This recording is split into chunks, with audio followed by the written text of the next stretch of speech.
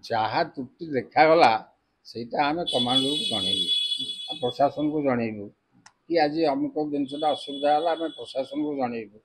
କି ଆମ ଭିତରେ କିଏ କ'ଣ ଦୋଷ କଲା ସେ ତାଙ୍କ ନାଁରେ ଜଣେଇବୁ। ନାଇଁ ବହୁତ ସେମାନେ କରନ୍ତି ଆମେ ଚାକିରି କରୁ ସେ ପ୍ରଶାସନକୁ ଦୋଷ ନ ଦେଇ ଆପଣ ଖସି ଯିବା ପାଇଁ ଏସବୁ ନୁହଁ ତ? ନାଇଁ ନାଇଁ ଆମେ ଯାହା ବି ହେଲେ ପ୍ରଶାସନକୁ କହିବୁ।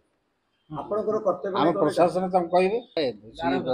ଗାରଦପଡ଼ା ମୂଷା କାହିଁ ସେଠିକି ଆସିବ ସେଠି ମୂଷାର ପ୍ରଶ୍ନ ନାହିଁ ମୂଷା ଯାଇପାରିବ ସେଠିକି କିନ୍ତୁ ଠାକୁରଙ୍କର ଜିନିଷ ଯୋଉଟା ଅଛି ସେ ମୂଷା ପଶିବ କୋଉଠି ଯିଏ ସମସ୍ତେ ଯାଉଛନ୍ତି ଆଉଛନ୍ତି ଯିବା ଆସିବା ଚାଲିଛି ଜିନିଷ ତା ଯୋଉ ନିଆଯାଉଛି ମଦକ ବୋଲି ସ୍ୱତନ୍ତ୍ର ଭାବରେ ତାର ସଜାଗ ହେଇକି ରହିଛି ମହାପ୍ରଭୁଙ୍କ ପାଖକୁ ଯିବ ବୋଲି ମୂଷା ବାରଗ୍ରାହୀଙ୍କ କଥା କହିଲି ଦାୟିତ୍ୱ ହେଲା ଆମର ଏଇଆ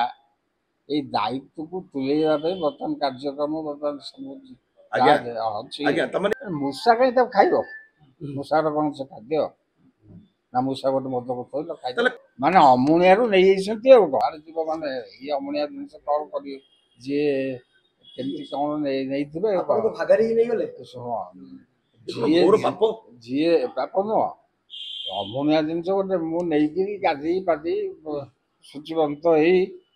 କାହାକୁ ଛୁଇଁ ନ ଛୁଇଁ ଘରେ ତିଆରି କରି ହବିଷ କରି ତାକୁ ନେଇ ତିଆରିକି ଥୋଇଲି ପ୍ରଭୁଙ୍କ ପାଖକୁ ପ୍ରଭୁଙ୍କ ପାଖକୁ 10ଟା ଥୋଇଲି ଯିବାକୁ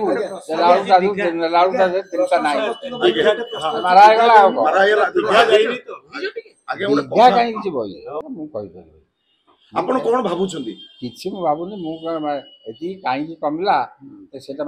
କମାଣ୍ଡରକୁ ପ୍ରଶ୍ନ କଲି ତାଙ୍କଠୁ ବୁଝିଲି ଯେ ମୋର ମୁଁ ଲେଖିକି ପ୍ରଶାସନକୁ ଦେଇଦେଲି ଏମିତି କେମିତି ହେଲା ପ୍ରଶାସନଙ୍କ ଦାୟିତ୍ୱରେ ଥିଲା ନାଇଁ କିଛି ଦେଇନାହାନ୍ତି ପ୍ରଶାସନଙ୍କ ଦାୟିତ୍ୱରେ ଥିଲା ସବୁ ତ ଗାର୍ଡ ଦାୟିତ୍ୱରେ ନା 2-3 ଦିନ ହେଲା ତାଙ୍କୁ ପଚାରିଲି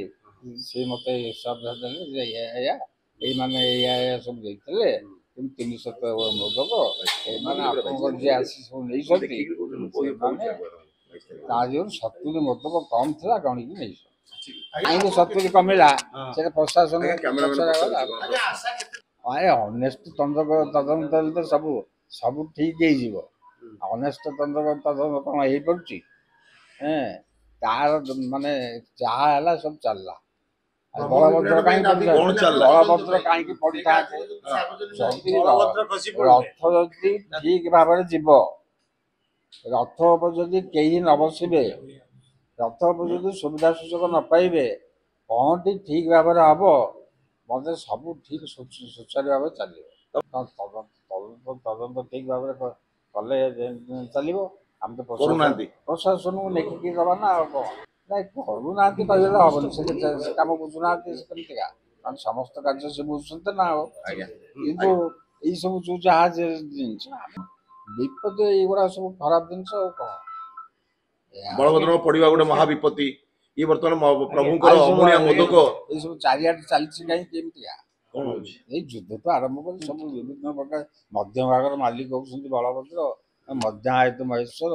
ସେ ମଧ୍ୟ ଭାଗର ମାଲିକ ଆଉ ତେଣୁ ତାଙ୍କର ଯାହା ତାଙ୍କୁ ନିର୍ଦ୍ଦେଶ ହେଇଛି ତାଙ୍କର ସେ ଚଲେଇଛନ୍ତି ତାଙ୍କ ରାସ୍ତା ଚାଲିଛି ସେ ତ ସେଇ କ'ଣ ଏଠି ବଳଭଦ୍ରଙ୍କ ଶାସନରେ ଅନ୍ୟାୟ ହେଲେ ସେ ବରଦାସ୍ତ କରିବେନି ବରଦାସ୍ତ କେବେ ନୁହଁ ଶୁଣାଶୁଣି ନାହିଁ